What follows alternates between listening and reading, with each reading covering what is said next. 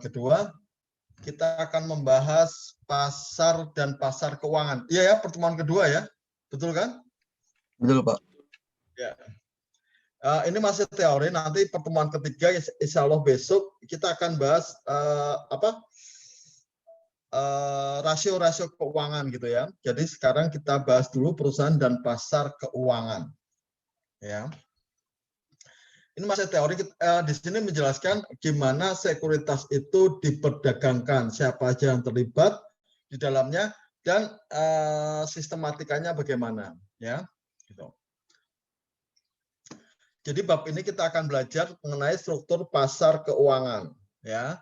Kedua, lembaga keuangan, pasar sekuritas dan bursa, sekelas perkembangan pasar modal di Indonesia. Ini nomor 4 mah nggak begitu penting ya. Yang penting kita tahu bahwa sekarang ada pasar modal, kita nggak akan belajar sejarah pasar modalnya, ya. Gitu. Tujuan pembelajarannya menjelaskan struktur dan fungsi pasar keuangan, menjelaskan perbedaan antara bank komersial dan lembaga keuangan lainnya yang ada di pasar keuangan, menjelaskan perbedaan pasar sekuritas, obligasi, dan saham. Keempat, memberikan gambaran sekilas mengenai perkembangan pasar modal di Indonesia. Ya, kalau Anda nanti ini berminat untuk berdagang jual beli saham, Anda mungkin ini akan sedikit menarik, gitu ya. Struktur dasar pasar keuangan atau financial market, ya, financial market. Sebenarnya kalau kita lihat di pasar keuangan itu ada 3 kelompok pemain utama yang melakukan interaksi. Ini seperti pasar biasa sih, seperti pasar biasa. Nah, kalau pasar biasa itu kita langsung membeli kepada pedagang, kita dapat barangnya. Kalau ini enggak, ya, kalau ini enggak. Atau nanti kita analogikan ya, ada borrowers. Ini orang yang membutuhkan dana, ya. Itu bisa individual, bisa bisnis. Ya, bisa individual, bisa bisnis, disebut borrower. Kedua adalah saver. Saver ini adalah pihak yang punya uang untuk diinvestasikan. Kebanyakan sih individual. Bisnis juga bisa, tapi biasanya bisnis itu yang membutuhkan pendanaan, ya, membutuhkan pendanaan. Nah, di sini ada satu pihak yaitu financial institution atau financial intermediaries atau perantara. Ya, perantara. Ya, jadi sama di pasar biasa, itu kan sebenarnya penjual kan tidak memproduksi barangnya langsung ya. Dia hanya perantara. Jadi kalau di sini petaninya yang punya produk sayur, beras gitu ya. Di sini petaninya betul ya, atau produsen. Savernya adalah kita yang beli di pasar, financial institusinya adalah pedagang di pasar. Sama, sebenarnya sama. Ya, tapi kalau di pasar itu kita bisa langsung memperoleh barang yang kita inginkan. Kita bisa milih-milih. Ya, kalau di financial institution itu kalau kita mau beli saham BRI, mau dari mana? Kalau di financial market kita mau beli saham BRI, bentuknya kayak apa ya harganya sama, gitu ya. Tidak ada perbedaan. Kalau di pasar kan mungkin harganya bisa beda-beda. Nah, itu saja. Ya, jadi borrowers adalah pihak yang membutuhkan dana, bisa individual, bisa bisnis. Saver adalah orang yang punya uang, ya, punya uang, mostly individual, kebanyakan sih individual. Ya, yang ketiga financial institution atau institusi keuangan atau pihak perantara. Sebagai contohnya di sini disebut commercial bank. Ya. Nah, ini sistematikanya ya. Saver, dia yang punya uang. Dia yang punya uang akan menyediakan uang. Dia akan menabung ke market, financial market institution. Ya. Dia kan entah menabung, entah investasi, entah membeli saham, membeli obligasi, dia harus melakukannya lewat intermediary seperti ini.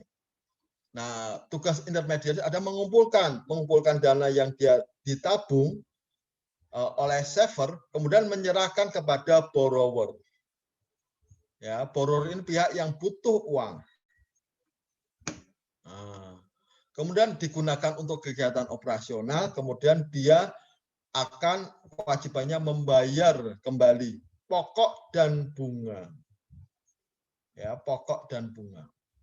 Nah, di sini perantara keuangannya bisa berupa commercial banks, finance company, insurance company, investment bank, dan investment companies. Securities-nya bisa berupa debt market atau stock market. Ya, gitu. Jadi kalau kita sudah belajar pengantar akuntansi, kita tahu ada debt securities, ada equity securities. Ya, debt securities ya obligasi, surat utang, wesel, notes. Nah, kalau equity market adalah saham, saham biasa, saham preference gitu ya. Oke. Siklusnya seperti ini. Jadi dia punya uang lagi, kalau nanti hasil pembayaran dari borrower diberikan kepada saver, ya savernya mau investasi lagi, diserahkan kepada financial market atau financial institution. Ya. Oke, ada pertanyaan dulu? Ada pertanyaan? Belum ada, Pak, sepertinya.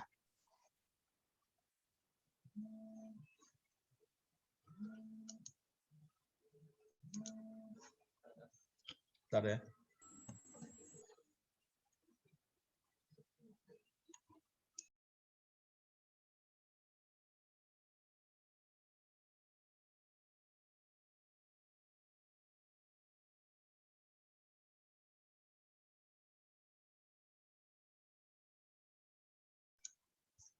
Ya.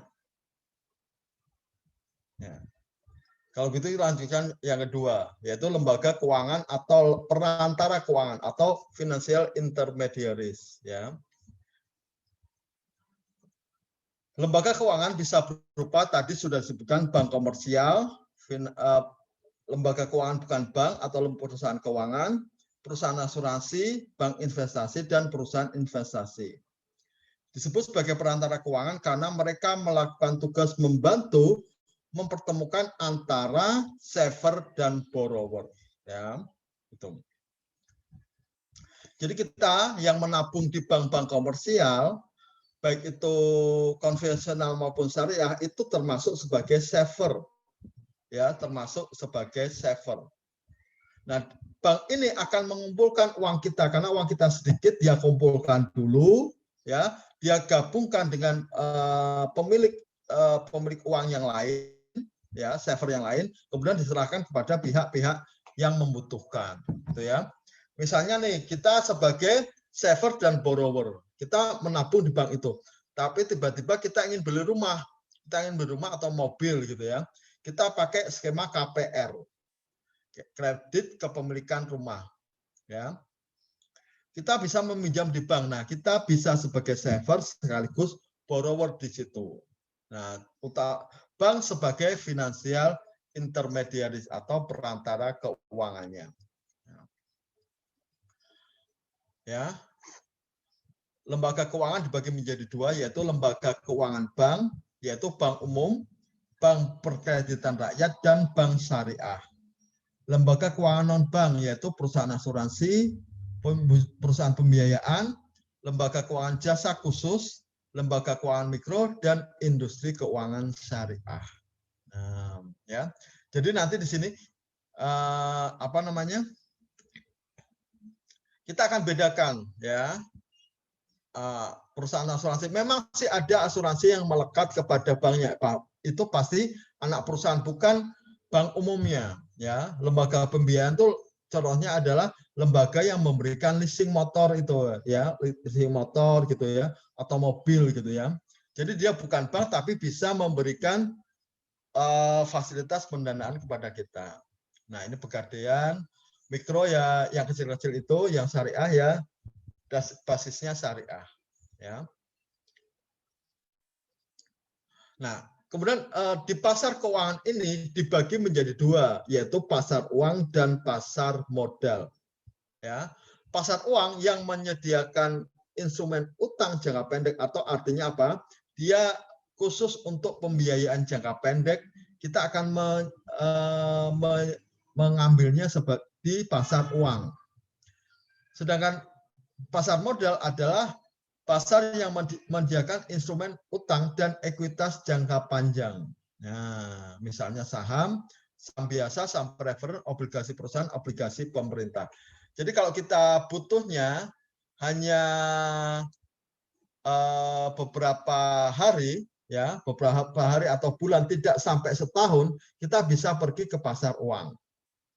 Ya, kalau kita butuhnya lebih dari 1 tahun, kita pergi ke pasar modal. Nah, itu ya. Pertama kita akan bahas satu-satu tadi, bank komersial atau pasar keuangan semua orang. Bank komersial bertugas menghimpun dana tabungan daripada para individu dan dunia usaha yang selanjutnya meminjamkan uang tersebut kepada pihak lain. Ya.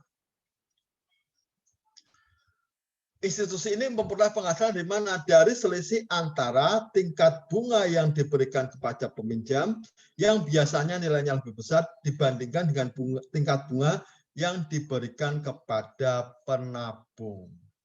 Gitu ya. Ya.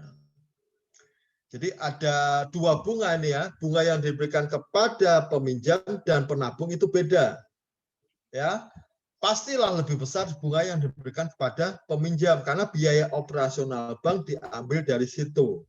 Ya, jangan heran bila kita ngambil KPR misalnya, loh bunganya kok 10%, sedangkan saya menabung di situ bunganya cuma 5%. Nah, 5% itu diambil untuk operasional perbankan. Ya. Jenis jasa perantara keuangan non bank. Contohnya adalah perusahaan jasa keuangan, ya.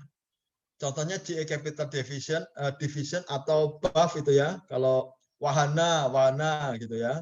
Kalau di Indonesia ya BAF Wahana itu memberikan jasa pinjaman kepada orang lain, tapi bukan bank, ya, tapi bukan bank. Perusahaan asuransi, contohnya Prudensial, AXA, Jiwasraya, Bumi Putra, ya. Bank investasi lebih besar lagi adalah Goldman Sachs.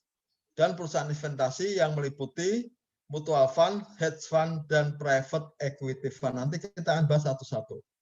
Ya. Nah ini perusahaan jasa keuangan, perusahaan yang bergerak di bidang peminjaman atau pendanaan, tapi mereka bukanlah bank komersial. Contohnya adalah Wahana ya atau BAF. Ya. BAF itu memberikan pinjaman kepada konsumennya berupa kredit motor. Nah, dia bukan bank, ya. Tapi dia seolah-olah punya dana untuk membiayai kredit motor.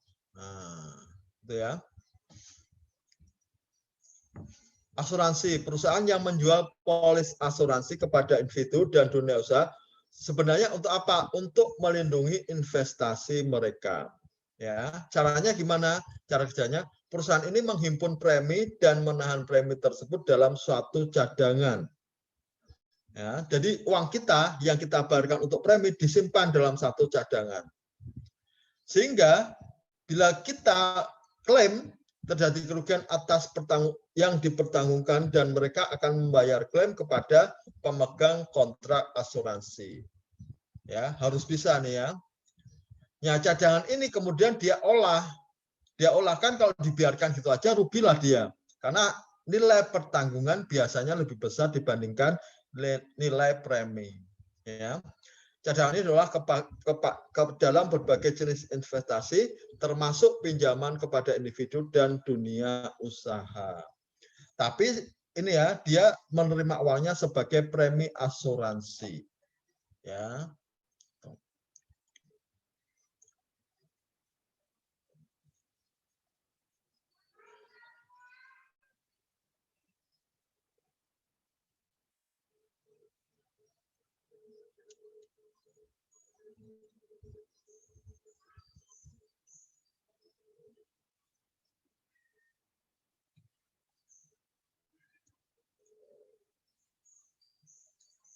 Ya. Jadi sistemnya sama aja, dia ngumpulin uang dulu baru saver, tapi namanya kan beda-beda, ya. Bank investasi, perantara keuangan khusus yang membantu perusahaan dan pemerintah dalam memperoleh dana dan menyediakan jasa pemberian nasihat kepada klien perusahaan klien mereka saat mereka memasuki transaksi besar seperti merger, gitu ya, atau membeli usaha lain, gitu ya. Jadi dia juga memberikan memberikan apa namanya?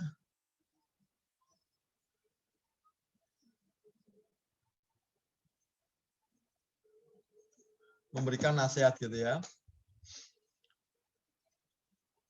Ada beberapa wadah untuk mengumpulkan dana dari para masyarakat melalui bank investasi ini. Contohnya adalah pakai mutual fund atau reksadana, ya, mutual fund. Kemudian pakai ada lagi nih ya, exchange trade fund, ya. Exchange trade fund ini bedanya dengan reksadana, dia bisa diperdagangkan di bursa. Kemudian hedge fund atau ini turunan dari sekuritas yang kita bisa beli di bursa, tapi bukan sekuritasnya, derivatifnya, produk turunannya, ya. Nah, kita bahas satu-satu nih. Mutual fund di Indonesia dikenal dengan istilah reksadana. Dikelola secara profesional sesuai dengan tujuan investasi. Ya, individu dapat berinvestasi ke dalam mutual fund dengan cara membeli lembaran mutual fund senilai NAV, net asset value. Ya, mutual fund bisa berupa lot or no lot fund. Dana lot mengacu pada komisi penjualan. Ya. Jadi reksadana itu kita beli satu, isinya macam-macam, di dalamnya isinya macam-macam. Ya, ada saham, ada obligasi, ada tabungan, sahamnya pun macam-macam. Ada yang risikonya tinggi, ada yang rendah. Ya, jadi tujuannya untuk apa? Supaya kita dalam berinvestasi itu lebih aman, lebih safe. Karena kita tidak menaruh uang kita di satu jenis investasi saja.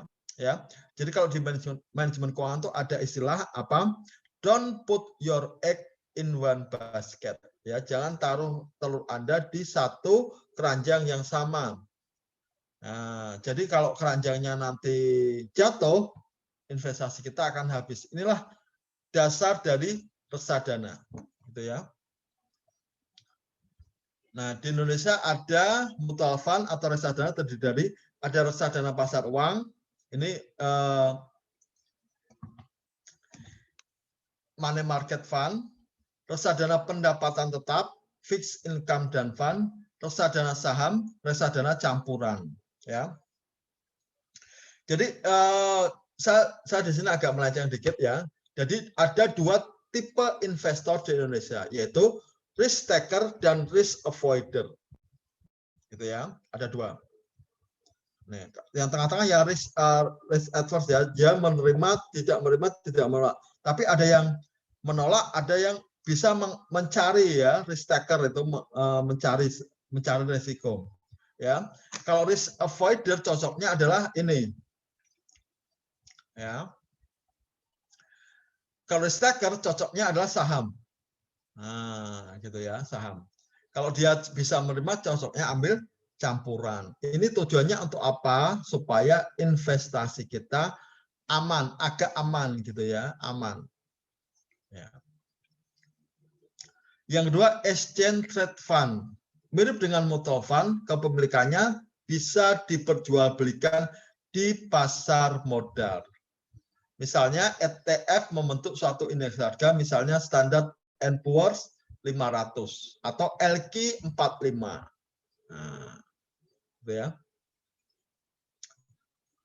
Mutual fund dan ETF menyediakan cara untuk mengefektifkan biaya melalui diversifikasi dan pengurangan risiko. Intinya itu, Ya, intinya itu. Daripada kita langsung terjun ke jual beli saham, kita bisa membeli reksadana. Nah, gitu ya. Dengan membeli suatu mutual fund atau ETF yang diinvestasikan dalam Standard & Poor's 500, maka berarti kita dapat membeli portofolio secara tidak langsung yang berada dalam transaksi dalam saham SP500, Standard SP500 hanya dengan satu transaksi. Dan ini bisa diperjualbelikan di bursa. Ya.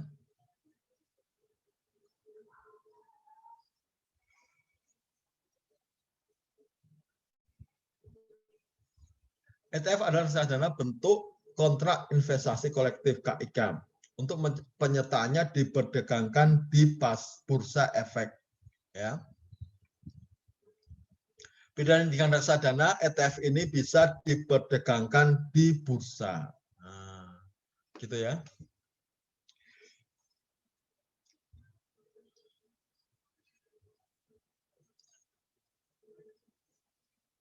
Kalau kita bicara keunggulan ETF dibandingkan dengan alternatif investasi lainnya adalah mudah dan fleksibel, ya.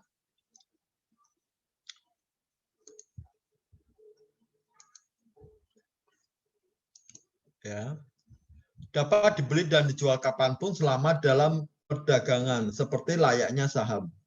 Rendah biaya dan risiko. Manajemen fee relatif lebih rendah dibandingkan dengan reksadana. Biaya transaksi ETF di pasar sekunder sesuai dengan komisi broker dan risiko lebih rendah karena likuiditas terjamin. Cakupannya luas dan lebih transparan. Nah, yang ketiga inilah adalah hedge fund. Ini hedge fund lagi ya, hedge fund daripada dua hal itu tadi. Ya, mirip dengan mutual fund, namun minim dengan regulasi. Jadi belum banyak regulasi yang mengaturnya. Lebih beresiko dan umumnya terbuka hanya bagi investor kelas kakap, ya, investor besar, yaitu investor yang memiliki dana lebih dari $1 juta. Selain kita harus membayar manajemen fee, sebagian besar dana meliputi insentif fee yang berbasis pada kinerja dana secara keseluruhan. Ya, hedge fund di Indonesia. Hedge fund merupakan kontrak perjanjian yang nilai atau peluang keuntungannya terkait dengan kinerja aset lain. Aset lain ini disebut underlying asset. Ya. Efek derivatif merupakan efek turunan dari efek utama. Efek itu sama dengan sekuritas ya, baik yang bersifat penyertaan modal maupun utang. Ya. Nah ini yang bahaya ini. Ya. Efek turunan dapat berarti turunan langsung atau efek utama maupun turunan selanjutnya. Yang berbahaya itu adalah turunan-turunan selanjutnya. Misalnya kita punya saham, ya, derivatifnya apa? Kita punya opsi, punya waran. Nah itu efek derivatifnya. Nanti di bawah ini ada derivatifnya lagi, ya. Gitu. Dalam pengertian lebih khusus, derivatif merupakan kontrak finansial antara dua pihak yang atau lebih guna memenuhi janji untuk membeli atau menjual aset atau komoditis yang dijadikan sebagai objek yang diperdagangkan pada waktu dan dengan harga kesepakatan antara pihak penjual dan pembeli. Adapun di masa yang akan datang dari objek diperdagangkan tersebut sangat dipengaruhi oleh instrumen induknya yang ada di pasar modal. Contohnya gini yang sederhana. Tahu tengkulak itu kan beli hasil panen petani sebelum matang kan, sebelum jadi kan, dia sudah berani beli. Oh, ini sawah ini lagi setengah jadi nih misalnya. Saya beli dia sekarang, harganya sekian. Ya. Dia bayar kan petani. Masalah nanti sawahnya jadi atau enggak itu sudah tanggung jawab tengkulak. Itulah cara dia untuk melindungi nilai dari komoditasnya gitu ya, atau bagi petani juga akan untung kalau dia kalau memang perhitungannya tepat gitu ya. Ya. Jadi biasanya dia membeli di bawah harga jual gabahnya, ya. Tapi nanti bila panennya gagal, nah yang rugi siapa? Tengkulak, gitu ya. Tengkulak tuh kalau di sini ya mekanismenya hedging seperti ini, ya. Itu. Ini contohnya lagi yang lebih advance lagi adalah perjanjian antara pembeli dan penjual. Misalnya nih, pembeli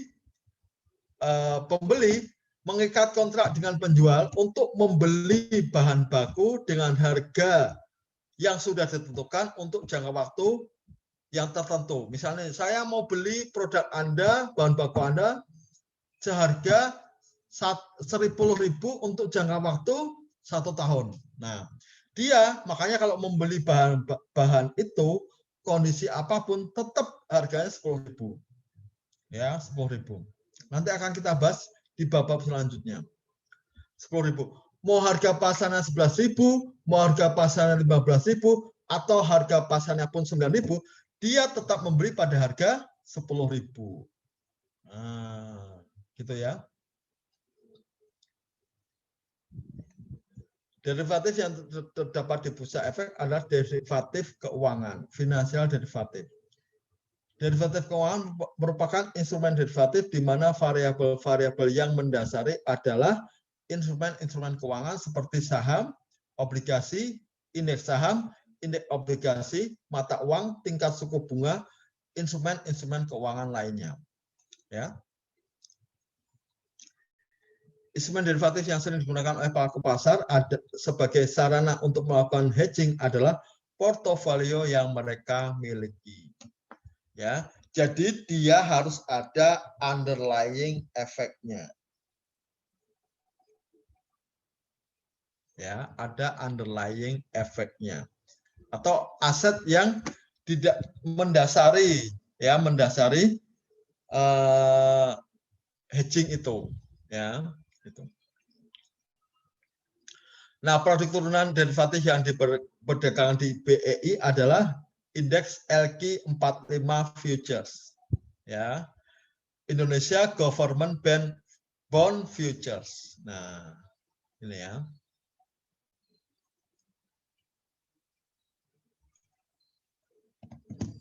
Lembaga keuangannya adalah private equity firm, ya, suatu perantara keuangan yang berinvestasi pada ekuitas yang tidak diperdagangkan di pasar modal. Ada 2 jenis private equity firm yang mendominasi kelompok ini. Yang pertama adalah perusahaan modal Ventura, yang kedua adalah perusahaan leverage buyout. Kita bahas satu-satu. Ya.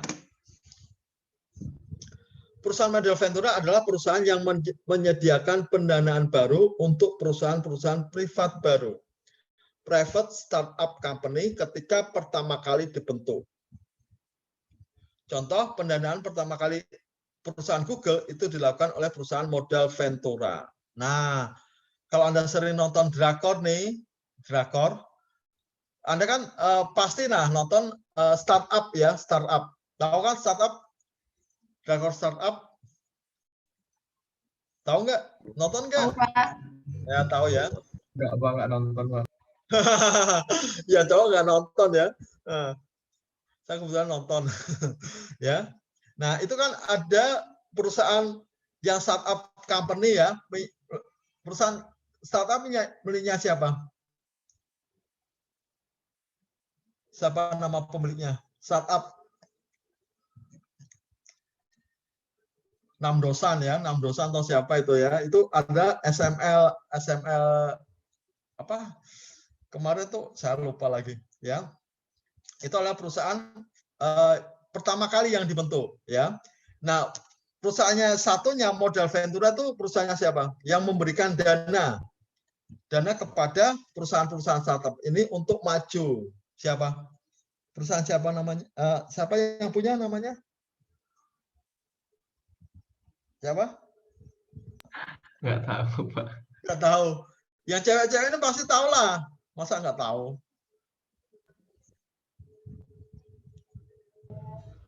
Tahu judul doang, Pak, nggak nonton. Saya Ya, nonton Pak, tapi lupa. ya. Kristina. Siapa yang penggemar drakor nih ya? Tina biasanya, Pak. Eh, Tina, Pak. yang itu loh namanya siapa itu anak baik itu loh yang neneknya manggil anak baik itu siapa? Han Ji Pyong, Pak. Ya, itu tahu ya. Nah, itu adalah perusahaan modal Ventura. Dia untuk memilih ini karena dia baru pertama kali perusahaannya, maka dia pilih-pilih. Kadang-kadang dia jahat gitu ya. Sampai ada yang bunuh diri itu kan, sampai ada yang bunuh diri ya. Ya. Nah, selengkapnya silahkan tonton di Netflix ya gitu ya. Ya, itulah contoh perusahaan modal Ventura. Jadi dia memberikan dana untuk perusahaan-perusahaan yang baru pertama kali dibentuk, startup company. Ya. Yang kedua adalah leverage buyout firm. Nah, ini agak jahat nih sebenarnya. Mengakuisisi perusahaan-perusahaan yang umumnya sudah berkinerja tidak bagus. Jadi sudah hampir-hampir bangkrut gitu. Dengan tujuan perusahaan tersebut diperbaiki sehingga mampu menghasilkan laba kembali. Ya. Selanjutnya perusahaan akan menjual kembali perusahaan yang hampir bangkrut tersebut. Pokoknya dia beli perusahaan-perusahaan yang hampir bangkrut, dibenahi, kemudian kalau sudah mampu menghasilkan laba, dijual. Ya. Perusahaan LBO ini biasanya menggunakan utang juga ya untuk mendanai pembelian suatu perusahaan. Nah, ini ada contohnya, udah lama banget ya, kalian belum lahir pasti ya. Tahu film Pretty Woman? Jadul banget ya. Apa itu? Tahu lagunya aja Pak. Udah nonton belum? Pretty Woman sudah nonton belum? Anda aja belum lahir ya. Pretty Woman. Nah, itu ya lagunya The Pretty Woman. Lagu. Nah, itu salah satu adegannya menampilkan LBO ini ya, yaitu perusahaannya milik ya, ini apa ya, Richard Gere ya, yang pemeran utama laki-lakinya ya. Dia tugasnya adalah membeli perusahaan-perusahaan yang mau bangkrut ini, kemudian menjual kembali, tapi setelah diperbaiki. Nah, gitu ya. Oke. Ada pertanyaan dulu? Ada pertanyaan? Satunya kekinian ya, yang ini jadul banget ya, sampai Anda aja belum lahir waktu itu ya, saya rasa belum lahir. Pak, izin Ya. Pak. Ya. Sebenarnya saya masih agak bingung tentang hedge fund, terus tentang ETF itu sebenarnya apa bedanya sama mutual fund itu Pak? Maksudnya maksudnya hedge itu apa gitu Pak? Saya masih belum mengerti Pak. Hedge itu artinya lindung nilai, kita lindung nilai. Ya, intinya seperti itu pertamanya.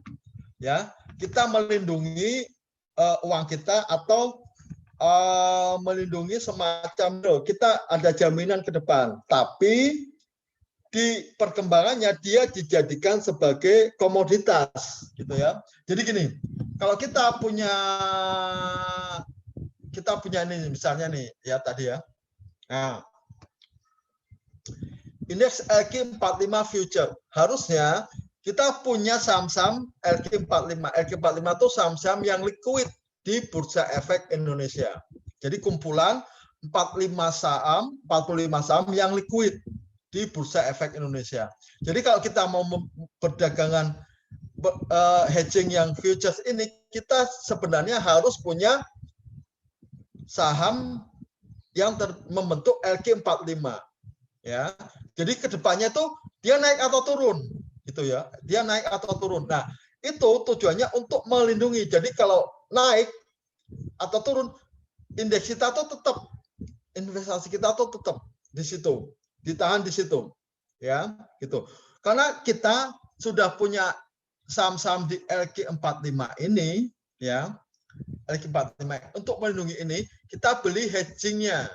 Nah, hedgingnya itu yang diperdagangkan di saham, bukan LQ45, bukan indeksnya, ya.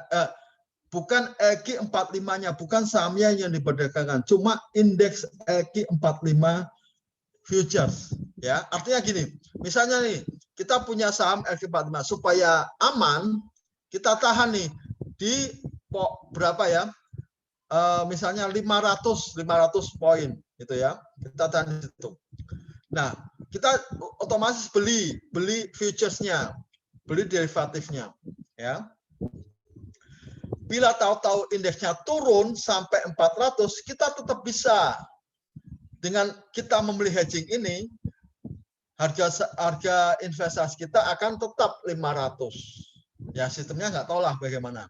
Nah, kemudian kalau nanti naik poinnya menjadi 600, kita nggak mengakui adanya keuntungan karena kita menahan indeks kita menjadi 500 ini. Ya, intinya itu ya. Kita harus punya asetnya dulu.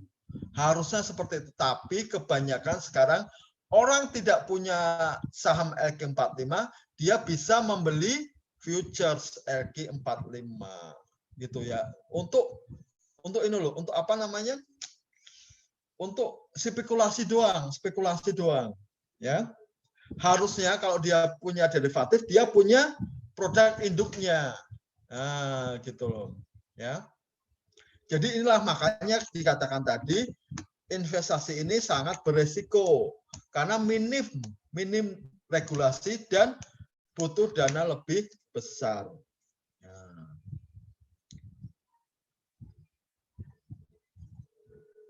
Ya.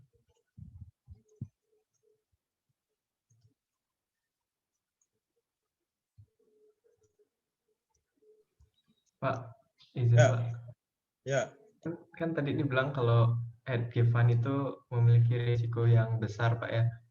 Nah, Terus kalau tadi yang Bapak jelaskan tuh tentang lindung nilai itu kan itu kayak malah mengurangi risiko gitu, Pak. Itu gimana, Pak ya maksudnya? ini kita kan ngurangi risiko di mana? Di underlying aset kan. Kita punya aset dulu. Nah, masalahnya kalau ini terjadi kita tidak punya asetnya, tapi kita hanya membeli futuresnya, nah itu ya yang susah itu ya. Itu susahnya gitu ya. Kita nggak punya asetnya, tapi kita membeli derivatifnya. Itu ya yang menyebabkan banyak kerugian di forex ini ya. Ingat ya, kerugian forex itu bisa sangat besar ya, ya. Sangat besar, bisa sangat besar, untungnya juga bisa sangat besar. Makanya ini dikatakan bahwa high risk high return. Nah, gitu ya. Makanya ini kan apa namanya derivatif ya, turunan dari sekuritas yang kita miliki, ya, gitu ya. Coba nih, derivatifnya cuma misalnya kita membeli indeks IHSG gitu ya, kita nggak punya saham mengenai itu, ya, gitu. Tapi kita membeli indeksnya, membeli derivatif indeksnya. Jadi kalau terjadi sesuatu, kita tidak punya underlying asetnya. Kita tidak ada sesuatu yang kita lindungi. Untuk apa hedging gitu loh? Untuk apa hedging? Ya, itulah makanya dikatakan bahwa hedge ini minim regulasi, belum ada regulasi yang tepat.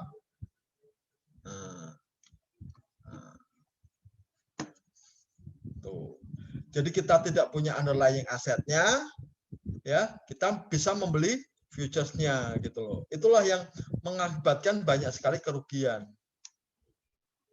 Ya. Makanya ini biayanya untuk transaksi itu juga sangat besar. Ya, sangat besar. Harusnya kan ini ya, dia punya underlying asset. Ya, underlying asset. Karena hedge fund ini kerjanya adalah keuntungannya terkait dengan kinerja aset lain. Ya. Harusnya seperti ini. Ya. Kalau kita nggak punya underlying aset, kita untuk melindungi apa di hedge ini? Makanya pelaku pasar itu kadang-kadang nakal. Dia nggak punya underlying aset tapi membeli derivatifnya. Ya. Untungnya bisa banyak banget tapi ruginya juga bisa habis-habisan gitu ya.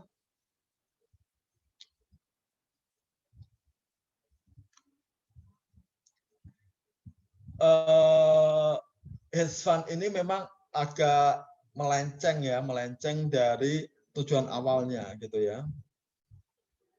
Makanya regulasinya tuh masih sedikit sekali mengenai hedge fund ini.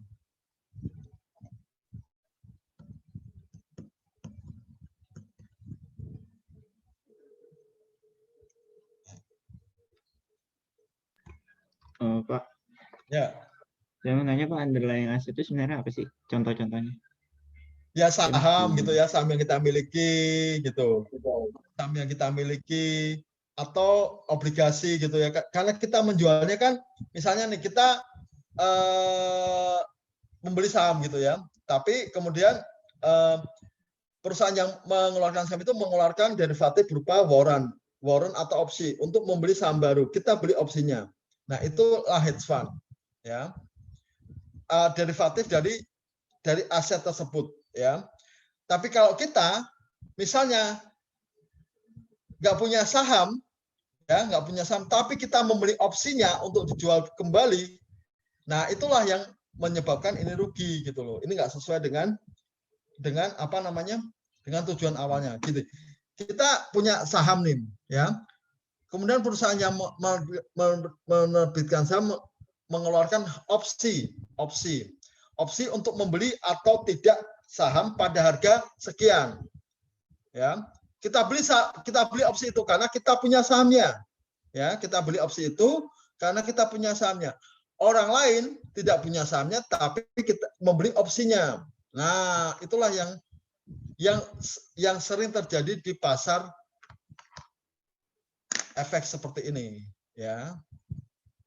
Ya gitu. Derivatif turunan dari efek, turunan dari investasi yang kita miliki. Nah, ya. Apalagi kalau sudah anak cucu dari saham yang kita miliki, ya.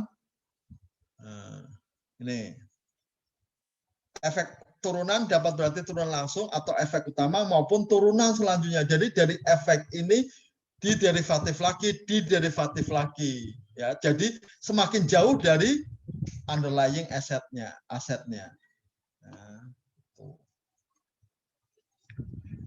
Nah, ini memang sangat rumit ya katakan ya. Nanti kita bahas ya. Mungkin setelah UTS kita akan bahas mengenai hedge fund, tapi yang resmi-resmi aja gitu ya, yang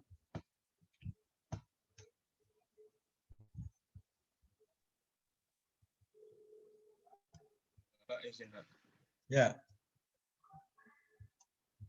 Tadi katanya harus punya itu ya Pak ya, saham kayak induknya gitu. Misal Ya. Saya punya Adro, lalu hedge fund ini misal Adro warnanya gitu, apakah gitu Pak? Iya, betul. Kalau Adronya mengeluarkan apa? Seri waran. Nanti kita bisa beli. Ya, gitu loh. Ya, kita bisa beli untuk mengamankan aset kita. Jadi gini, kita kan ada garansi dari pihak Andro. Garansinya tuh sebutkan apa? Nanti Anda akan belajar ini di intermediate, ya, di intermediate, ya.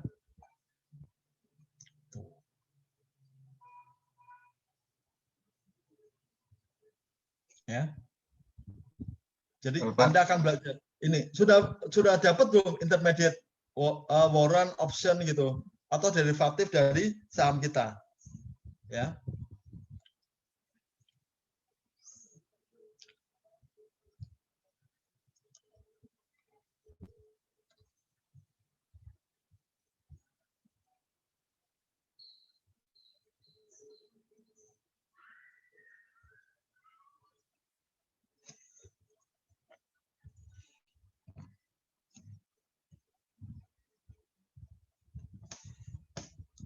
Ada lagi? Ada lagi?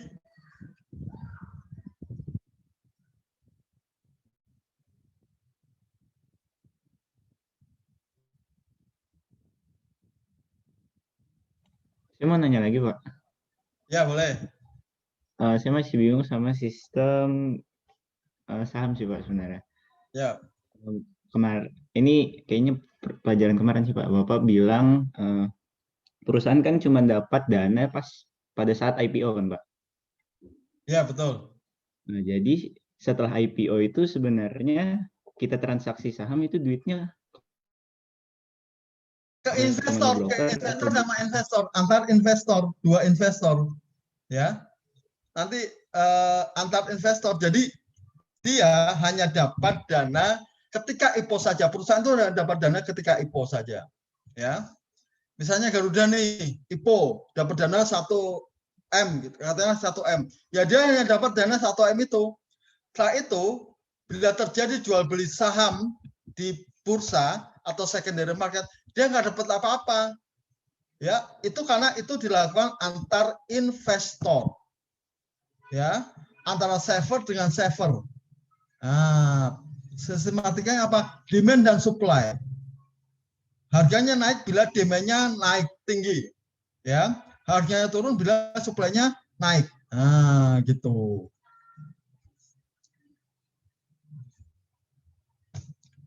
Ya. Gitu. Jadi berarti kalau kita transaksi itu nggak masuk ke kas perusahaan, Pak ya? Jadi iya, nggak ada hubungannya.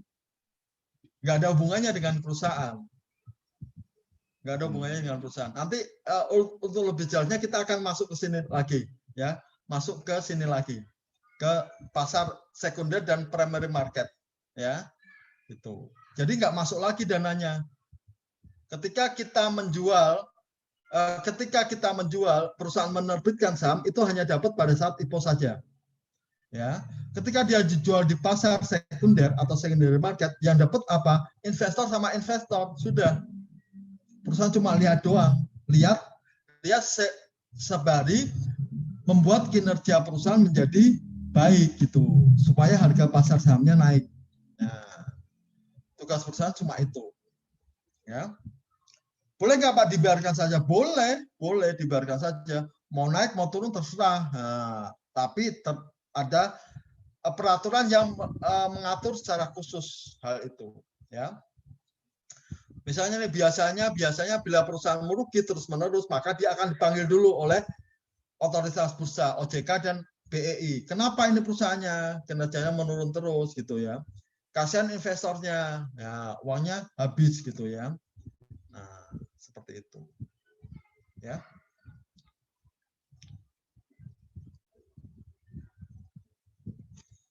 Oke. Nanti kalau nggak ada saya perlihatkan lagi skema yang kemarin ya. Oke, ada lagi? Ada lagi? Katanya mau siap-siap jadi ini ya. Kalau saya mah nggak kuat. Oh, jual beli saham nggak kuat. Jantungnya nggak kuat, takut nggak kuat jantungnya. Ya. Karena kan ada kasus ya, banyak kasus ya. Kemarin pegawai KPK aja yang menggelapkan emas sebanyak 2 kilo. Kenapa? Karena rugi di transaksi forex ya.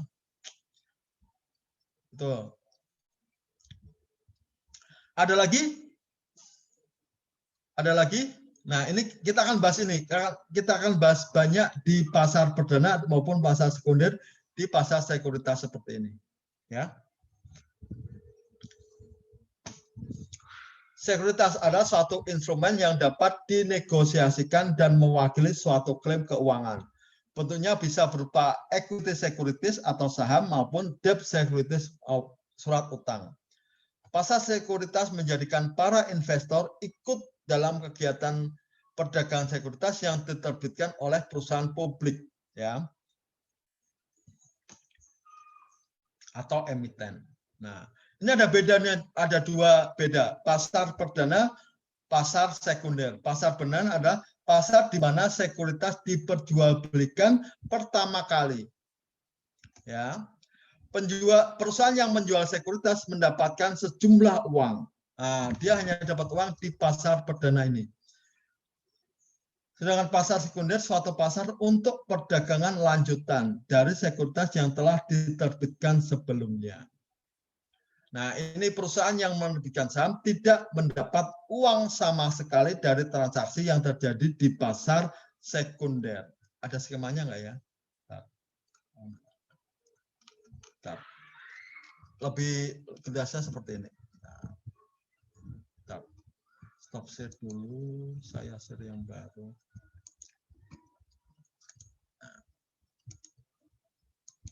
Oke ya.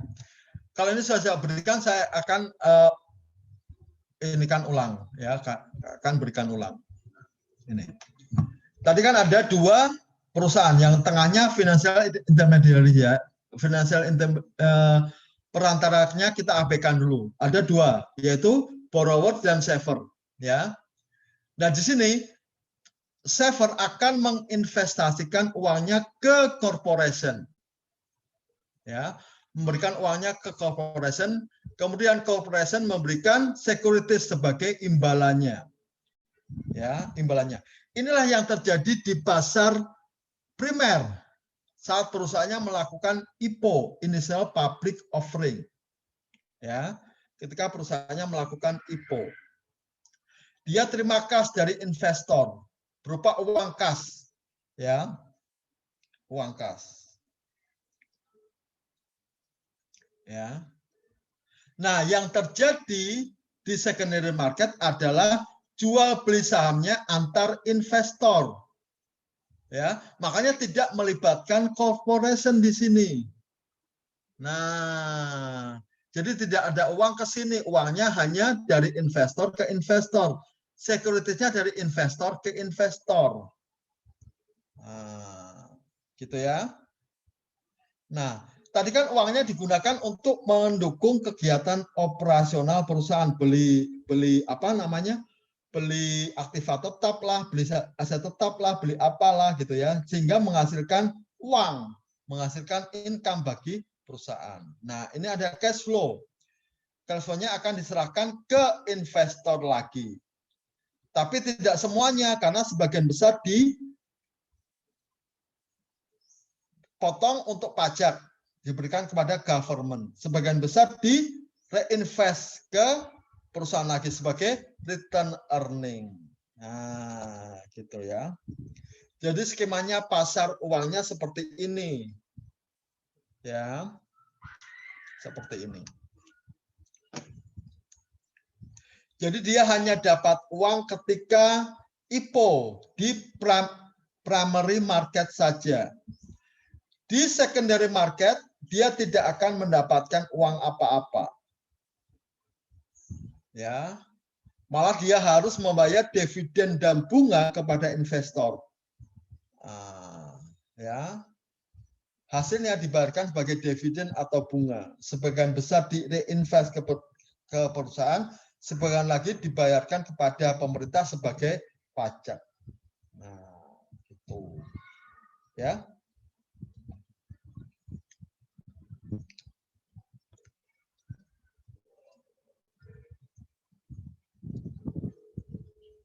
Oke. Ada pertanyaan? Jelas ya? Jelas ya?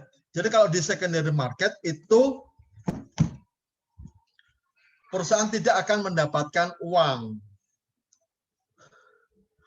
Ya.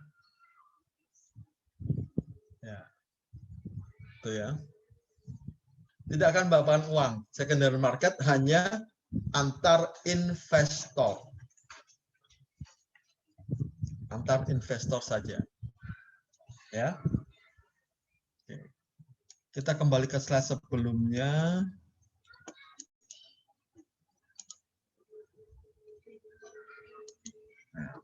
Ya. Oke. Ada pertanyaan dulu? Ada pertanyaan? Pak, izin bertanya, Pak. Ya, silakan. Itu kan tadi dibilang kalau di pasar sekunder itu kan transaksinya antar investor, Pak ya. Terus kan biasa yang kita tahu tuh kalau di berita-berita itu, kalau dulu itu misalkan harga sahamnya itu anjlok gitu Pak. Terus ada sampai perusahaan-perusahaan itu bangkrut kan. Pasar sekunder tidak mempengaruhi perusahaan, tapi kenapa bisa sampai bangkrut kayak gitu Pak kalau harga sahamnya turun Pak? Enggak gini. Perusahaannya bangkrut dulu, baru sahamnya turun gitu loh. Kalau harga saham turun menyebabkan perusahaan bangkrut, ya itu berarti ada tindakan-tindakan manajemen perusahaan yang merugikan atau membahayakan investasi gitu loh. Jadi bangkrut dulu baru harga sahamnya turun. Jadi kalau kita kan performa harga saham itu apa? Good news, harga saham naik. Bad news, harga saham turun. Nah, misalnya di tahun itu perusahaan banyak sekali bad news, maka harga pasar sahamnya akan terkikis terus. Itu tidak akan menyebabkan perusahaan bangkrut. Gitu ya, perusahaan bangkrut karena operasionalnya memang jelek, ya tidak dikelola dengan baik sehingga dia mengakibatkan bangkrut. Jadi bukan karena harga sahamnya turun. Harga pasar sahamnya turun disebabkan karena perusahaan tidak beroperasi dengan baik gitu. Ya, jadi bukan harga saham yang turun menyebabkan perusahaan bangkrut, tidak. Perusahaan yang kinerjanya buruk menyebabkan harga pasar saham akan turun. Nah, gitu. Ya. Karena bad news itu adalah menyebabkan harga pasarnya turun. Good news menyebabkan harga pasarnya naik. Nah, tapi perusahaan tidak ikut-ikutan, tidak mendapat uang dari penjualan itu, gitu. Ya. Pak, izin Pak. Ya. Berarti kalau misalkan perusahaan itu ingin menerbitkan saham baru gitu Pak, harga acuannya berarti menggunakan pasar sekunder itu Pak ya? Kalau dia mau menerbitkan saham baru, ingat ya, dia tidak semudah itu menerbitkan saham baru. Dia harus ada izin RUPS dulu. Prosesnya lama. Jadi jarang perusahaan melakukan yang disebut tadi apa? Ini nggak ada di sini, tapi ada di sini. Bentar ya. Ini bolak-balik nggak apa-apa ya. Nah, ini seasoned new issues atau new stock offering by a firm that already has stock that is traded in the secondary market. Jadi sudah itu, ya. Jadi dia sudah melakukan IPO, sudah menjual sahamnya di pasar, kemudian dia ingin menerbitkan saham baru lagi. Ini pernah dilakukan oleh BNI 46, BNI lah, namanya sekarang BNI, ya. Itu harganya tidak mengacu pada harga pasar, mengacu pada performa perusahaan. Nah, itu ya.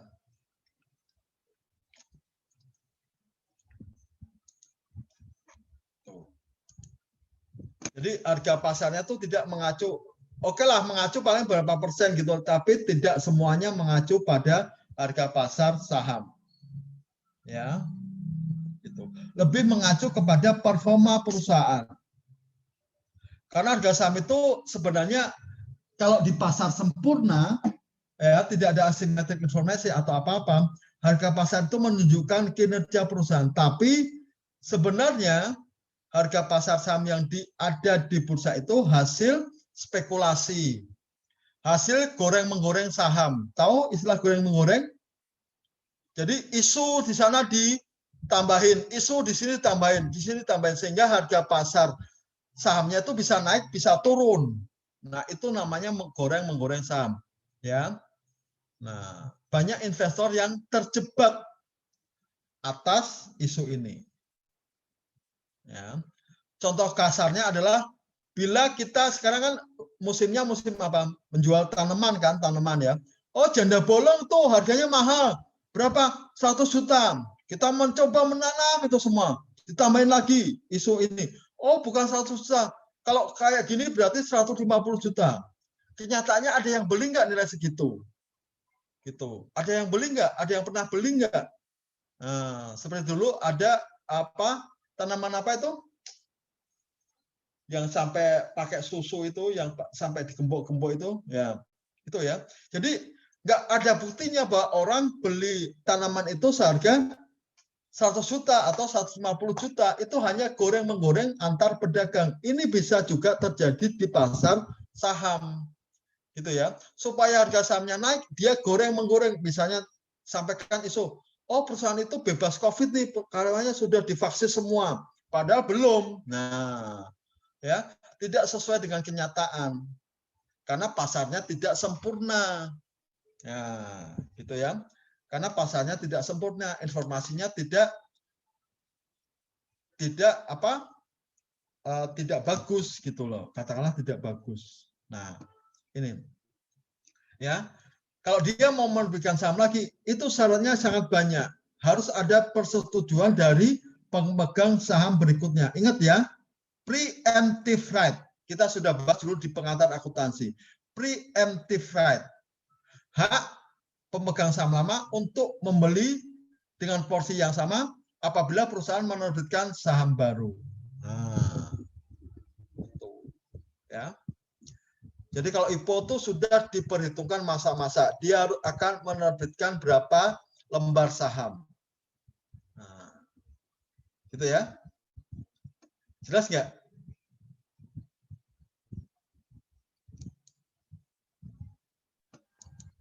Ya. Jelas, Pak. Ada lagi? Ayo tanya lagi, nggak apa-apa. Ya, Pak, mungkin saya mau tanya, Pak. satu-satu ya. Duluan ya. Bini aja duluan. Ya, ya. Izin Pak, kalau misalnya Ya. Tadi kan Bapak bilang kalau misalnya apa namanya saham itu kan tergantung demand and supply ya Pak. Nah, betul. Nah kalau misalnya dia itu perusahaan BUMN itu pengaruh nggak Pak? Misalnya kita kan kayak Kimia Farma nih, itu kan akhir-akhir ini kan sebelum isu corona kan pasti kalau bidang-bidang farmasi itu kan bakal naik Pak demand-nya. Nah tapi kenapa harga sahamnya itu justru flat aja gitu Pak, malah turun tadi terakhir saya lihat. Ya betul, tergantung demand dan supply-nya. Kimia Farma itu perusahaan yang menghasilkan vaksin enggak kan? Dia hanya istilahnya jual obat saja kan? Apakah dia menghasilkan obat yang anti corona? Tidak kan? Kalau kita membeli saham Pfizer itu mungkin harganya naik, betul. Karena dia memproduksi vaksin. Nah, gitu loh. Karena di vaksin ini harganya lumayan. Makanya dia akan ada tambahan pemasukan di situ. Makanya harga pasar sahamnya juga akan naik karena orang berasumsi bahwa ke depan Pfizer itu akan untung banyak gitu loh, laba bersihnya akan banyak. Nah, Kimia Farma, kita lihat Kimia Farma itu menghasilkan vaksin enggak? Dia menghasilkan obat yang bisa mencegah corona enggak? Gitu ya. Nah, kemarin itu ada contohnya KLB Farma itu berhasil menghasilkan obat yang katanya bisa menyembuhkan corona. Harganya 3 juta. Nah, itu mungkin harga pasar sahamnya akan naik. Nah, itu kita lihat perusahaannya bagaimana, dia menghasilkan vaksin enggak, obat corona enggak, terbukti enggak. Nah kan gitu. Kalau cuma perusahaan farmasi akan naik, nah belum tentu karena dia tidak menghasilkan obat-obat yang berkaitan dengan penyakit ini, makanya harganya akan flat gitu loh ya. Tergantung demand and supply-nya, tergantung demand and supply dari investor-investor yang bekerja, yang bertransaksi di secondary market. Nah, gitu loh. Jadi sebenarnya kembali lagi ke bad news akan menurunkan harga saham, good news akan menaikkan harga saham. Laba bersih perusahaan naik, good news atau bad news? Saya tanya, good news atau bad news? Good news, makanya harga pasarnya akan naik. Nah, gitu ya. Misalnya nih, ada perusahaan yang karyawannya kena corona semua, bad news atau good news? Bad news, maka harga pasar sahamnya akan turun gitu. Ya. Jadi kita lihat dulu perusahaannya bagaimana, perusahaannya itu menghasilkan enggak? Menghasilkan vaksin enggak atau obat enggak untuk corona ini? Kalau tidak ya, makanya flat aja Kimia Farma itu.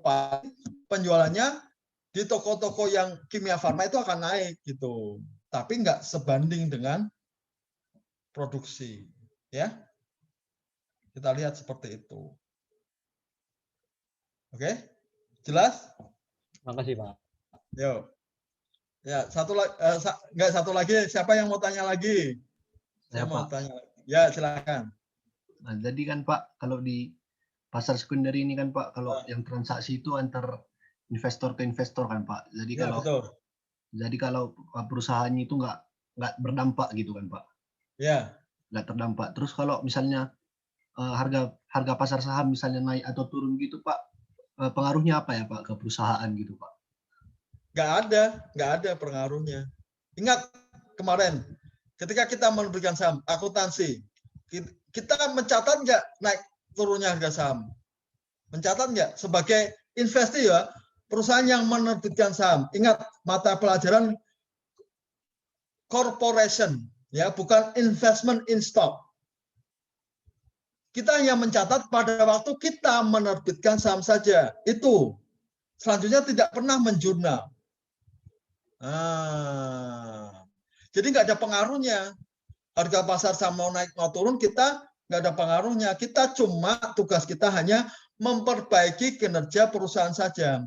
Tugas perusahaan adalah memperbaiki kinerja operasionalnya, gitu. Supaya investor senang.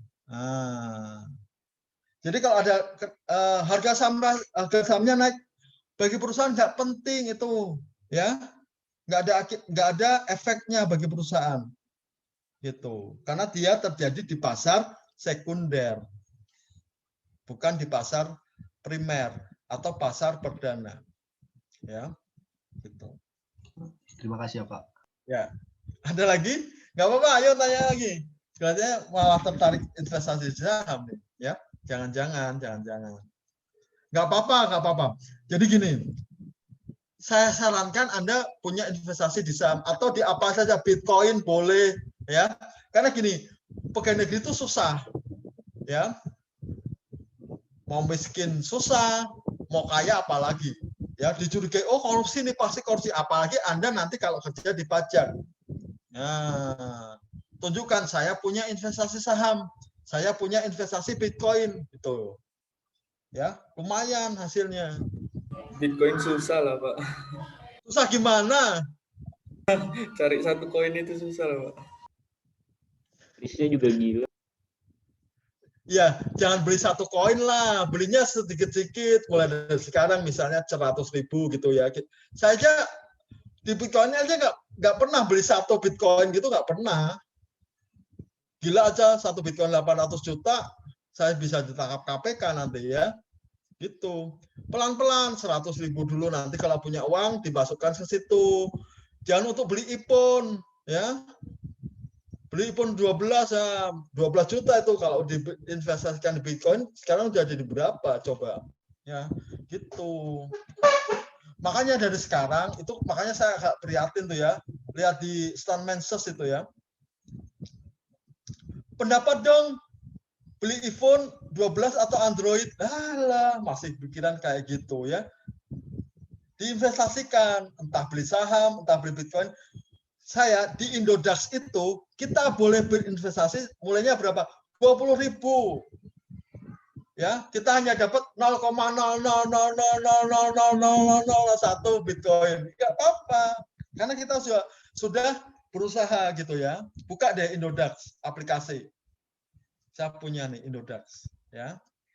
Mulai dari sekarang gitu. Jangan seperti saya. Dulu kan saya kan nggak ada aplikasi ini, belum banyak ya, belum banyak aplikasi, apalagi jual beli saham, apalagi ponsel pintar kayak gini, nggak ada. Jadi dulu susah, sekarang lebih gampang. Pakailah Bibit atau apa ya, Bibit atau Mandiri Sekuritas gitu ya. Jadi kalau kita punya uang sedikit, jangan dihambur-hamburkan, kita belikan investasi seperti itu untuk kedepannya.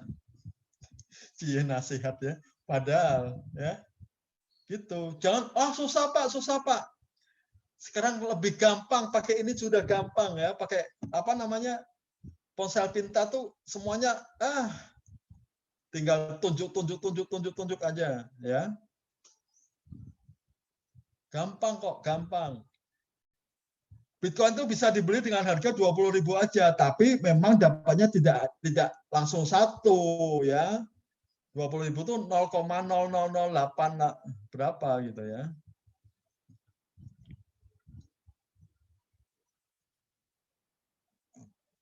Ya.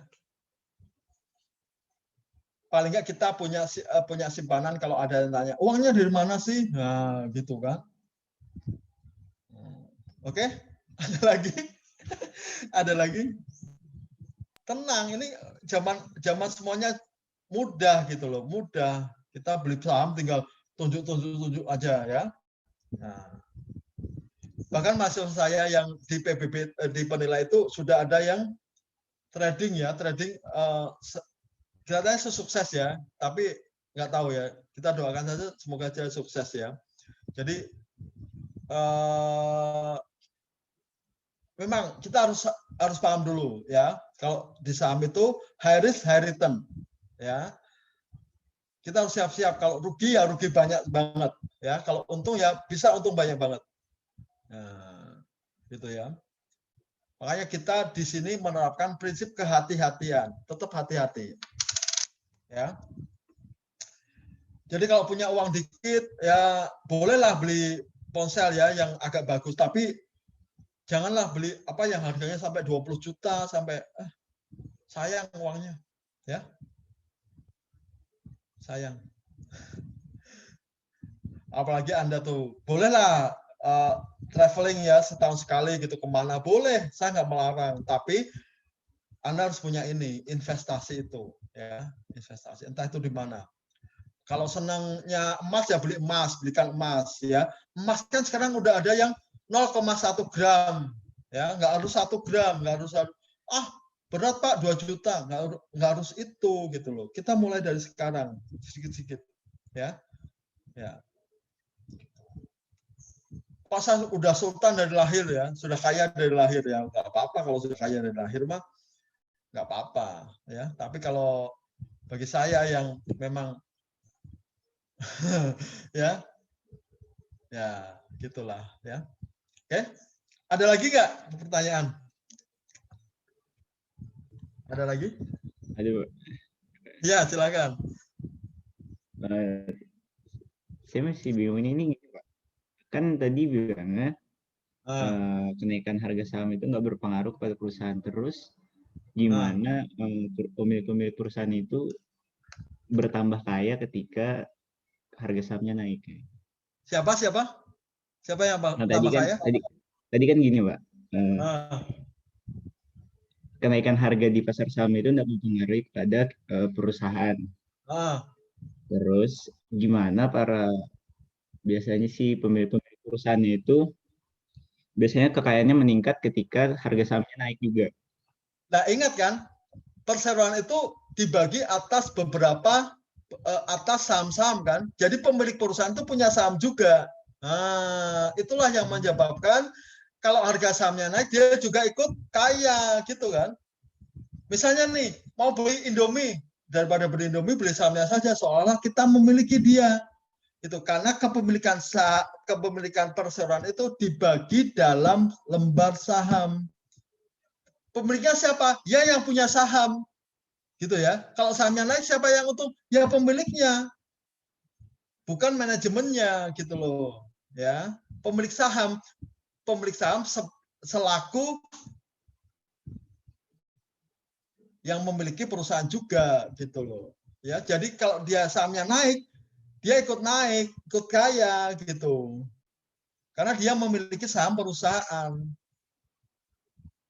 Ingat ya, perseroan itu kepemilikannya dibagi dalam bentuk saham. Jadi kalau sahamnya naik, perusahaannya pemiliknya juga akan naik. Kekayaan juga akan naik. Nah, gitu. Ya. Oke. Karena pemilik perusahaan juga pemilik saham.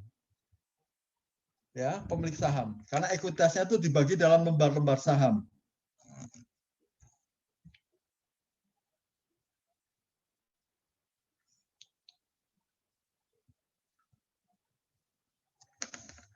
Ya.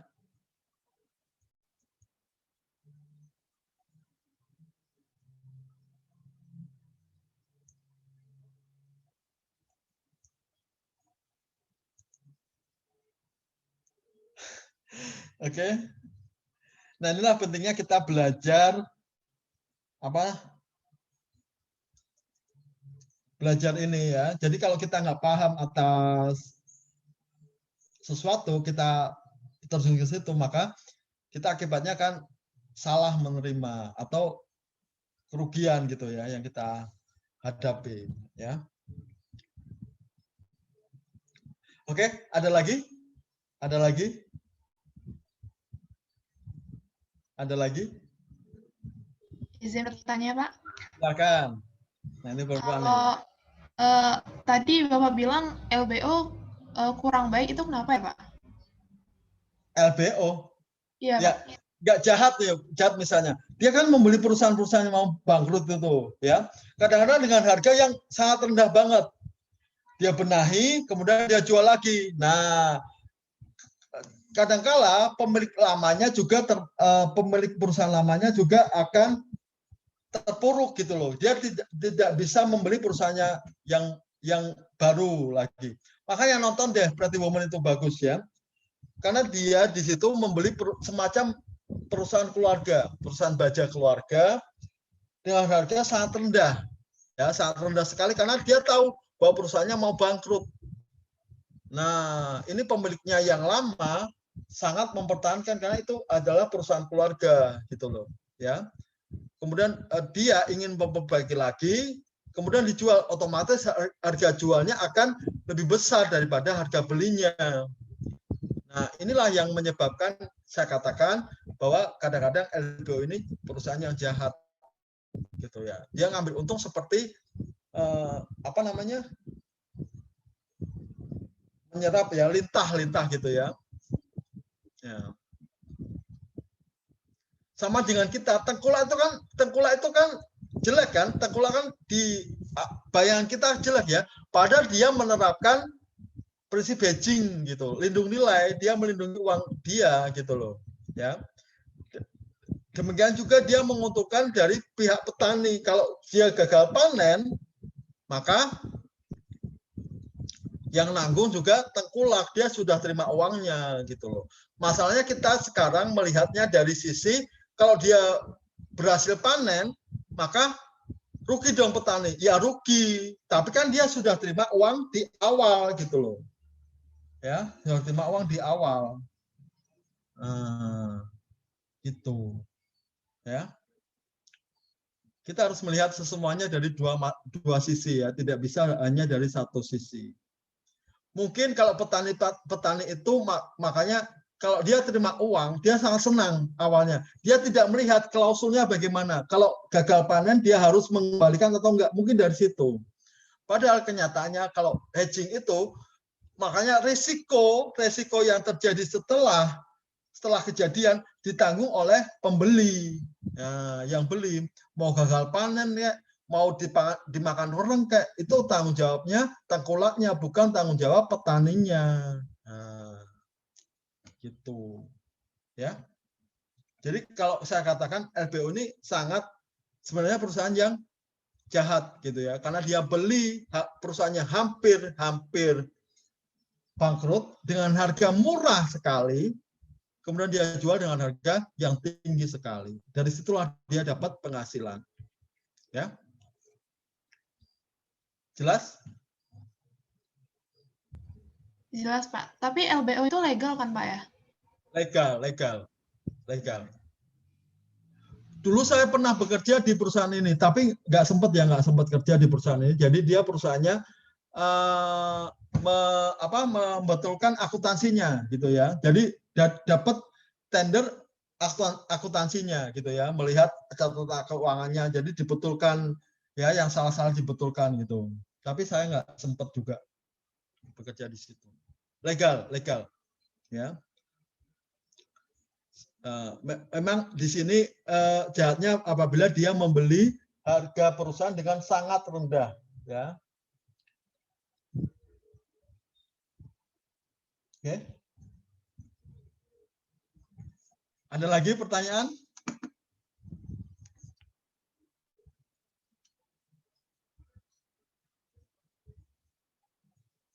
Nah, kita lanjutkan ya. Jenis ini sekuritas. Ada sekuritas uang atau debt securities diperdagangkan di pasar uang.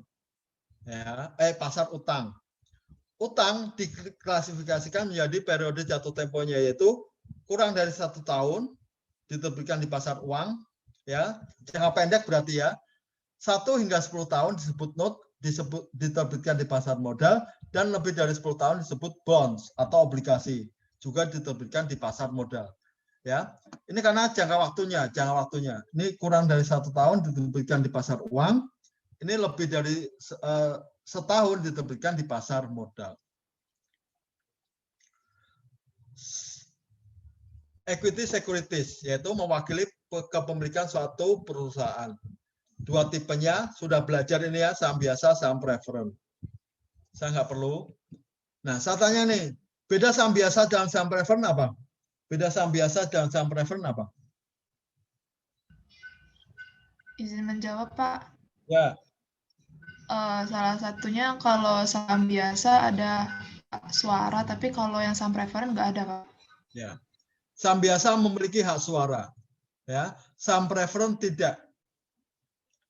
Itu karakteristik utamanya. Saham biasa memiliki hak suara, jadi saham preference tidak.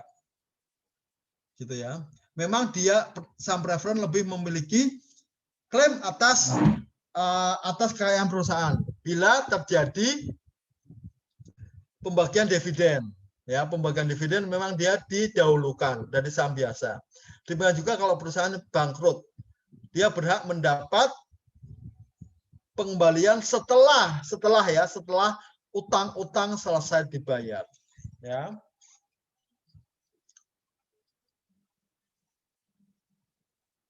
Pasar saham, adalah pasar publik di mana saham berbagai perusahaan diperdagangkan. Ya. Ada 2 bentuk, yaitu bursa saham yang terorganisasi dan over the counter market. Ya. Bursa saham yang terorganisasi secara fisik memiliki ruangan dan instrumen keuangan yang mereka perdagangkan di tempat-tempat mereka. Ya.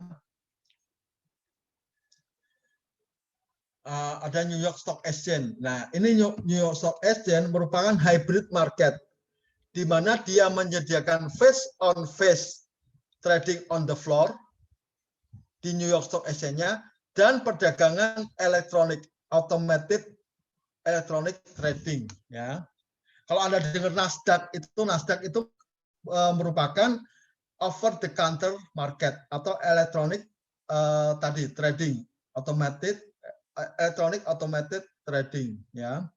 Jadi dia tidak ada ruangannya, tidak ada bangunannya, ya.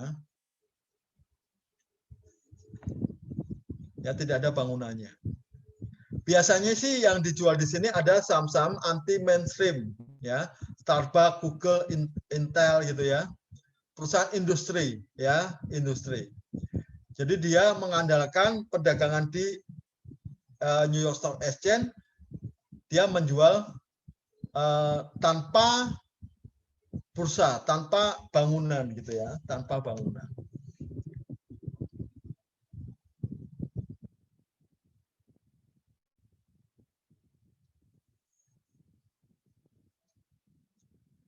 Nah, ini berbagai macam keuntungan dan kerugian dari investasi.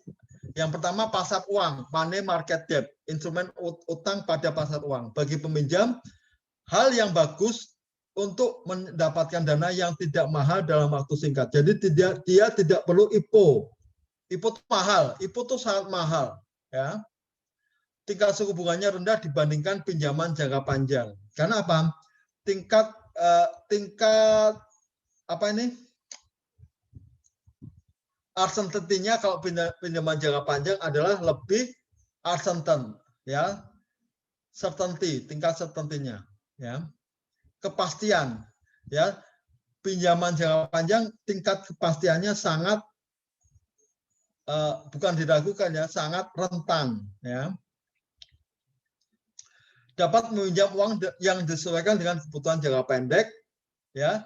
Jika suku bunga meningkat, maka biaya pinjaman juga akan meningkat. Ya, ini ya. Tapi jika suku bunga turun, tidak ikut turun, otomatis tidak ikut turun ya. Nanti Anda akan mengalami hal ini ketika Anda mulai KPR, mulai apa ya, nanti Anda alami sendiri ya. Begitu suku bunga naik, bunga pinjaman ikut naik. Begitu suku bunga turun, bunga pinjaman tidak ikut turun.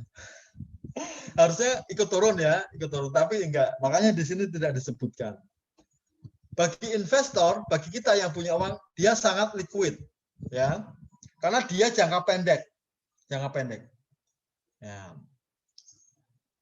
Aman ini bukan aman ya, tingkat certainty-nya lebih jelas, ya, kepastian lebih jelas karena dia jangka pendek, imbalan rendah. Nah, ini ya, hati-hati, imbalannya juga rendah. Long term fixed income securities market, ya, pendapatan tetap. Tingkat bunga telah dikunci selama umur atau masa jatuh tempo. Ini pakainya apa? Obligasi. Memiliki tax advantage karena bunga itu sebagai pengurang pajak, dividen tidak. Ya. Bagi investor dapat digunakan untuk memperoleh pendapatan jangka pendek yang dapat diandalkan. Beberapa jenis obligasi menghasilkan pendapatan bebas pajak. Utang jangka panjang cenderung menghasilkan imbalan lebih besar dibandingkan utang jangka pendek karena tingkat uncertainty-nya juga tinggi. Ketidakpastiannya tinggi, ya. Risiko lebih rendah dibandingkan saham biasa. Anda sudah belajar ini di pengantar. Investor dapat mengunci pendapatan dari bunga dan telah dapat mengetahui imbalan yang diterima di masa yang akan datang.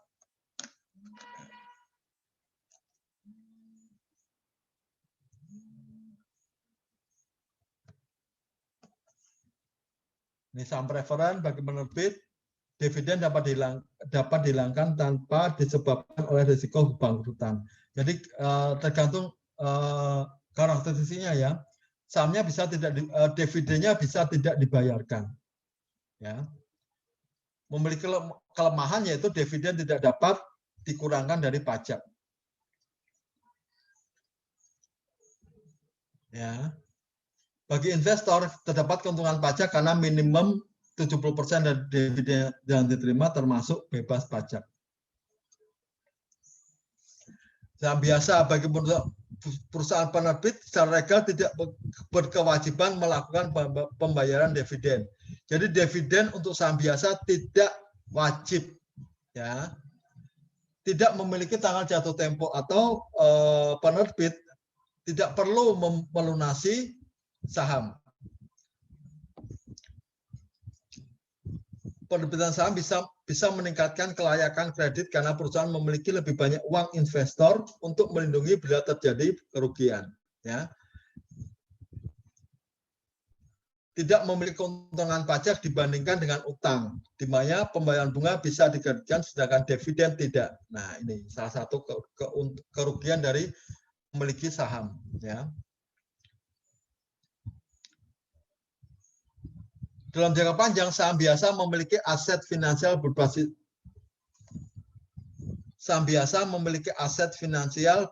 utang yang lebih baik. Ya.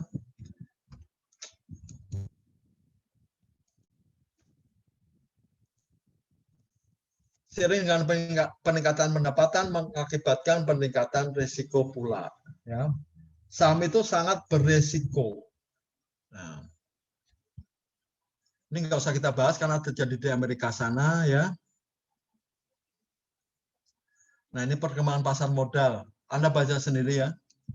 Anda baca sendiri. Oke, ada pertanyaan lagi?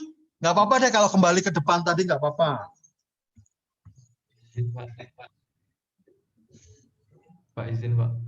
Ya silakan. Terkait over the counter market itu ya. Tadi yang saya pahamin tuh berarti transaksi pasar yang ada di luar bursa, Pak ya? Iya, betul. Contohnya ada di Indonesia nggak, Pak? Indonesia lagi dirintis, ya rintis. Ini terjadi di Nasdaq di Amerika sana, New York Stock Exchange. Jadi ada Nasdaq. Itu tetap di bawah otoritas gitu apa enggak, Pak ya? Kalau Indonesia tuh akan di bawah otoritas karena gini, dia hanya memperdagangkan saham-saham khusus gitu ya. Jadi dia dasarnya adalah New York Stock Exchange, tapi tidak semua saham. Jadi Nasdaq itu hanya beberapa saham saja, saham yang apa maju gitu ya, istilahnya anti mainstream gitu ya, gitu. Jadi dia mengambil beberapa saham gitu ya, beberapa saham saja seperti misalnya kalau di Indonesia tuh LQ45, ya liquid 45. Nah, jadi itu yang jadikan dasar sebagai indeks dia. Makanya indeks Nasdaq itu lebih rendah daripada New York Stock Exchange. Nah, gitu ya. Karena induknya New York Stock Exchange. Nah. Terima kasih Pak. Nanti Indonesia juga akan ada, tapi masih dipelajari oleh BEI. Ya, nanti akan ada. Ya. Oke. Ada lagi?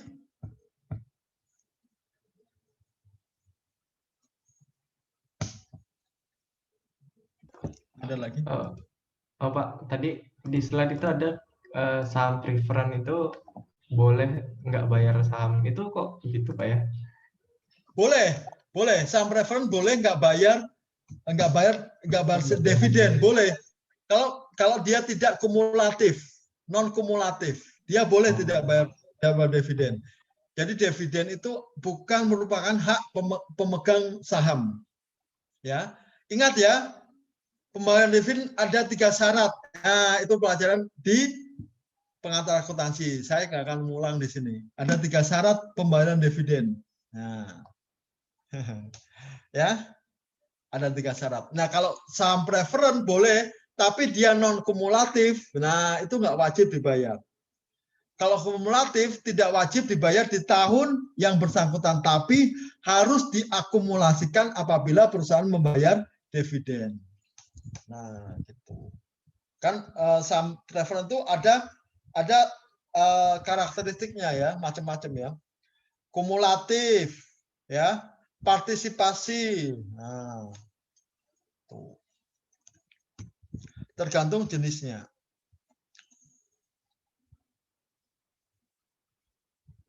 Oke. Ada lagi?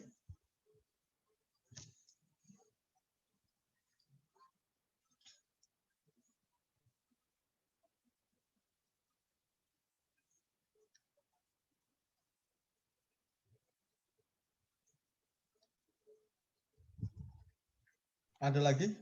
Pak, Ya, silakan. Saya mau nanya misalkan tentang saham yang dual listing, Pak. Itu saham yang beredarnya sama di tiap tempat dia listing atau berbeda-beda, Pak? Enggak, dual listing itu kan seperti Telkom ya. Telkom nggak tahu sekarang sudah kelihatannya sudah mengambil lagi yang di New York Stock Exchange ya gitu. Jadi Iya, sudah, Pak. dual listing itu sama seperti saham. Misalnya dia menerbitkan cuma 10.000. Ya 10.000 itu kan diperdagangkannya di pasar sekunder ya, bukan di pasar primer. Nah, itu aja. Itu kerugiannya bahwa dia harus menyediakan laporan keuangannya dengan standar 2 negara. Misalnya dia listing di New York. Dia harus membuat laporannya Telkom itu standar PSAK dan standar JEP. Nah, itu kalau standar beda ya laporan keuangannya juga harus beda. Nah, gitu. Jumlah lembar saham yang diperdagangkan tetap sama. Dulu kita juga ada BEI dan BES, BEJ dan BES, Bursa Efek Jakarta dan Bursa Efek Surabaya. Nanti baca ini ya, baca ini. Nah, ini Bursa Efek Surabaya. Nah, ada 2. Tapi kemudian di-merger ke BEI, jadi BEI. Nah, itu ya.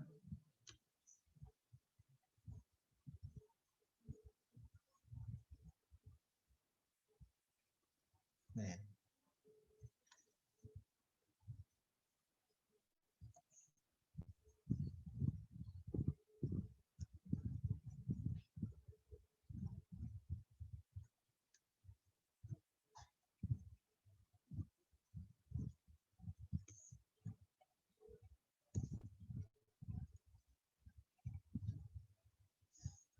Ya.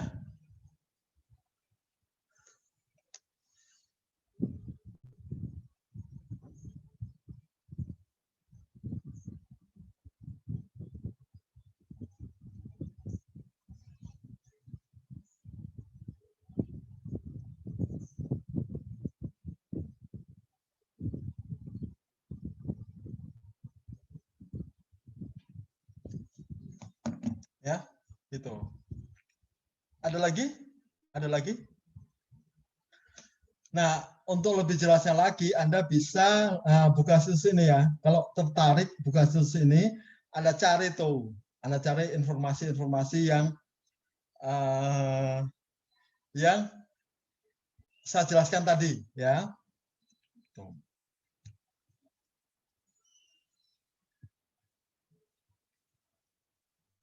Oke. Ada lagi pertanyaan? Ada lagi pertanyaan? Ya.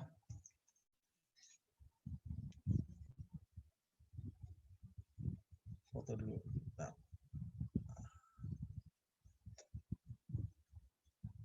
Memang kalau belajar saham itu sangat menarik ya.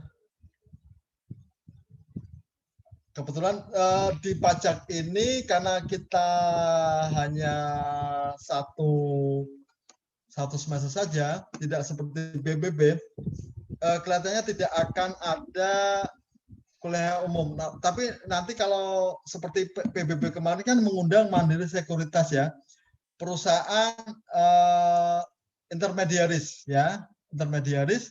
Jadi mungkin Anda bisa dapat informasi yang lebih jelas di situ. Itu ya, mengenai perdagangan saham, mengenai apa gitu, akan lebih jelas di situ ya, karena yang bicara itu langsung dari pelaku perusahaan perantaranya ya. Kalau saya kan hanya membaca buku dan nambah-nambah pengetahuan dari baca-baca gitu ya, tapi kalau dia pelakunya, jadi mungkin lebih apa itu namanya, lebih baik ya, penjelasan juga lebih baik, Anda tanyanya juga lebih jelas, Anda mendapat informasi yang lebih pasti juga, valid juga gitu ya. Ya.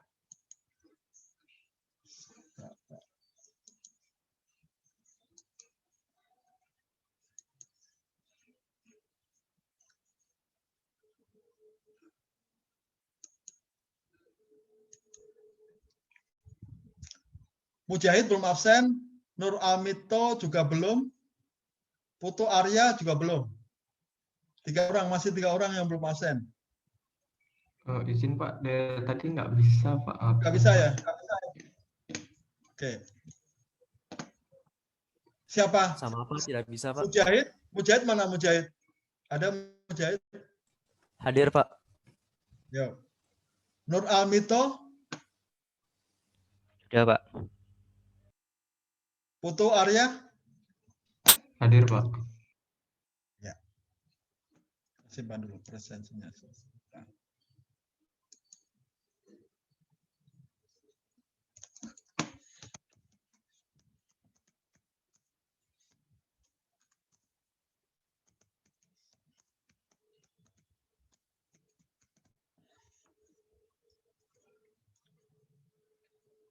Oke, ada pertanyaan lagi? Ada pertanyaan lagi? Ada ya. Sementara nggak ada dulu. Besok atau pertemuan berikutnya kita akan bahas mengenai analisisnya. Ini hitung-hitungan, sudah kehitung-hitungan ya. Jadi tidak teori lagi, ya sudah hitung-hitungan ya. Oke. Kalau nggak ada berarti PJJ kita sampai di sini dulu ya. Pokoknya kalau mau lebih jelas lihatlah website tadi ya, ke BI atau ke OJK. Anda akan dapat informasi lebih banyak di situ ya. Oke, terima kasih. Wassalamualaikum warahmatullahi wabarakatuh. Terima kasih ya. Waalaikumsalam. Terima kasih Pak. Terima kasih Pak. Terima kasih Pak. Saya minta background-nya ini ya. Background-nya ini minta ya. Siap, Baik Pak. Terima kasih.